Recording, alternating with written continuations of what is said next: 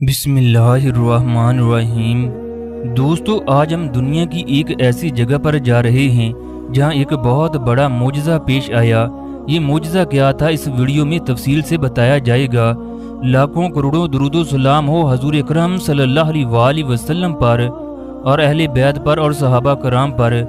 حضرت فاطمہ رضی اللہ تعالی عنہ کے بیٹوں پر سلام ہو جنہوں نے دین کی خاطر اپنی جانوں کے نذرانے پیش کیے۔ تمام دیکھنے والے کمنٹ باکس میں ایک بار السلام علیکم یا حسین ضرور لکھیں، کیونکہ اللہ کے نبی صلی اللہ علیہ وآلہ وسلم کی آل پر درود بھیجنا بھی درود کا حصہ ہے۔ یہ وہی جگہ ہے جہاں ایک بہت بڑا معجزہ ہوا۔ امام حسین وہ ہیں جنہیں اللہ کے نبی صلی اللہ علیہ وآلہ وسلم نے جنت کے سردار کہا۔ آپ صلی اللہ علیہ وآلہ وسلم نے فرمایا، حسن میرا بیٹا ہے اور حسین علی کا بیٹا ہے۔ واقعہ کربلا دنیا کی تاریخ کا ایسا واقعہ ہے جسے سن کر دنیا کی تاریخ بھی شرما جاتی ہے۔ 10 ہجری کو جب کربلا کے میدان میں حضرت امام حسین کا سر تن سے جدا کر دیا گیا، جب آپ کو شہید کر دیا گیا، تو یزید کی فوج نے حضور اکرم صلی اللہ علیہ وآلہ وسلم کی صاحبزادیوں کو قید کر دیا۔ امام حسین اور ان کے ساتھیوں کو بے گرو کفن کربلا میں چھوڑ کر کوفہ اور شام کی جانب روانہ ہو گئے۔ یوں حضور اکرم صلی اللہ علیہ وآلہ وسلم کا وہ نواسا جس کے لبوں کا آپ بوسہ لیتے، وہ بے گرو کفن پڑا رہا۔ اتنے میں پورے آسمان پر اندھیرا چھا گیا۔ لوگ سوچنے لگے شاید رات ہو چکی ہے۔ آسمان پر ستارے آپس میں ٹکرانے لگے۔ کہا جاتا ہے اس وقت آسمان سے خون کی بارش ہوئی تھی۔ اس دن آسمان بھی حضرت امام حسین کے غم میں خون کے آنسو رو رہا تھا۔ 10 محرم کی شام کو ایک کبوتر کربلا کے میدان کے اوپر سے گزر رہا تھا۔ اس کبوتر نے دیکھا کربلا کی تپتی ہوئی ریت پر حضرت امام حسین کا پھول جیسا جسم مبارک بے گرو کفن پڑا ہے۔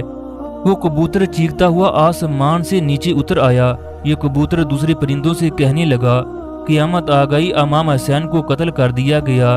حضور اکرم صلی اللہ علیہ وآلہ وسلم کے خاندان کا خون کربلا میں بکھرا ہوا ہے۔ یوں ہر جگہ سے کبوتر کربلا میں پہنچ گئے۔ یہ تمام کبوتر امام حسین کے غم میں رونے لگے۔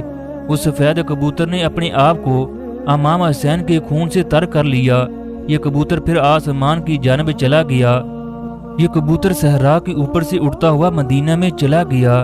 یہ کبوتر حضور اکرم صلی اللہ علیہ وآلہ وسلم کے روزے کے اوپر طواف کی شکل میں چکر کاٹنے لگا۔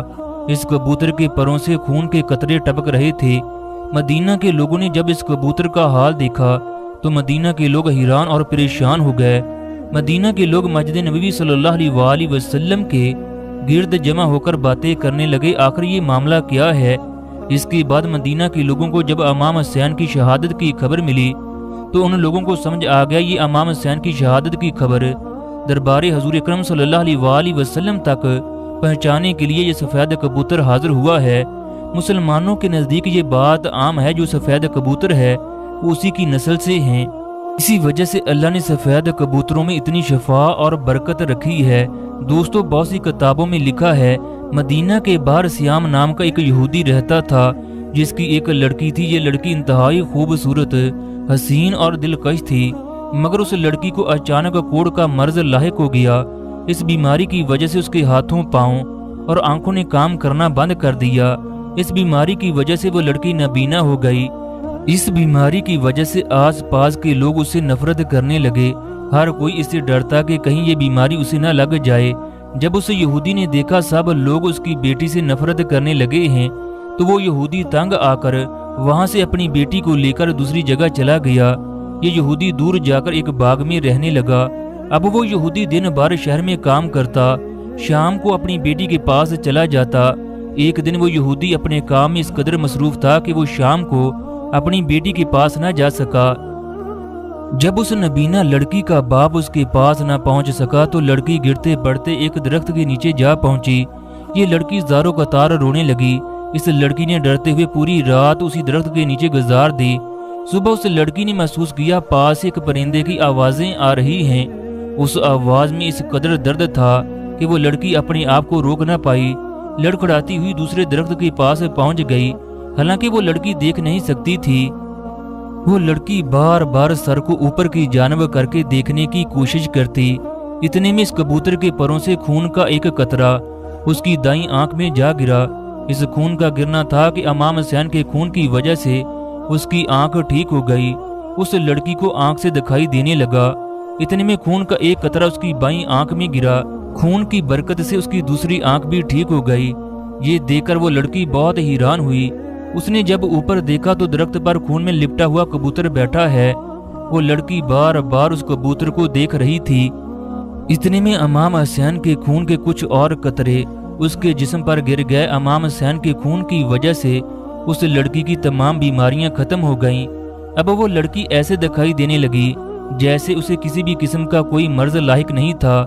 اس کے بعد یہ لڑکی اپنے باپ کو تلاش کرنے کے لیے نکل پڑی کہ پتہ نہیں میرا باپ رات بھر کس وجہ سے گھر نہ پہنچا۔ اب وہ لڑکی باغ کے دروازے پر پہنچی تو اسے وہ یہودی نظر آیا۔ وہ یہودی اپنی بیٹی کے پاس پہنچا تو وہ اپنی بیٹی کو پہچان نہ سکا۔ وہ یہودی حیران پریشان تھا کہ اس کے باغ میں یہ لڑکی کون ہے، یہ میرے باغ میں کیا کر رہی ہے۔ یہودی اس لڑکی سے پوچھنے لگا، میری بیٹی اس بیماری کی وجہ سے یہاں پر موجود تھی، کیا تمہیں اس کے حال کا پتہ ہے؟ میری بیٹی کہاں گئی؟ یہودی کی بیٹی باپ کی باتیں سن کر خوشی سے رونے لگی۔ اپنے باپ سے کہنے لگی، بابا کیا آپ نے مجھے نہیں پہچانا؟ میں آپ کی وہ بیمار بیٹی ہوں جسے آپ چھوڑ کر گئے۔ یہودی اپنی بیٹی کی باتیں سن کر بہت حیران ہوا۔ خوشی کی وجہ سے اس کی آنکھوں سے آنسو جاری ہو گئے۔ یہودی بیٹی سے پوچھنے لگا، تمہاری یہ بیماری کیسے ٹھیک ہو گئی؟ تمہاری آنکھیں کس طرح ٹھیک ہو گئی؟ اس لڑکی نے اپنے ساتھ پیش آنے والا سارا واقعہ بیان کر دیا۔ پھر اپنے باپ کو اس درخت کے نیچے لے گئی جس کے اوپر کبوتر بیٹھا تھا۔ وہ کبوتر دردناک طریقے سے رو رہا تھا۔ یہودی نے اس کبوتر کی جانب مخاطب ہو کر کہا، اے مبارک پرندے، تیری اس دردناک آواز کے پیچھے کیا وجہ ہے؟ تیرے پروں سے آنے والا مبارک خون کس کا ہے؟ یہودی نے اس پرندے کے بارے میں معلومات اکٹھی کرنا شروع کر دیں۔